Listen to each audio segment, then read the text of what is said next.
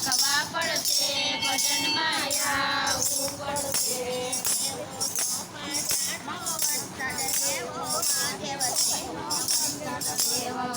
માતાનો પ્રસાદ લેવો મહાદેવજીનો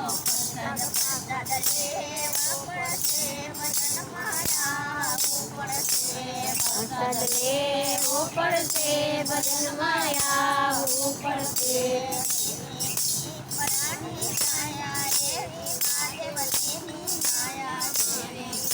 પરાની છાયા એવી મહાદેવજીની માયા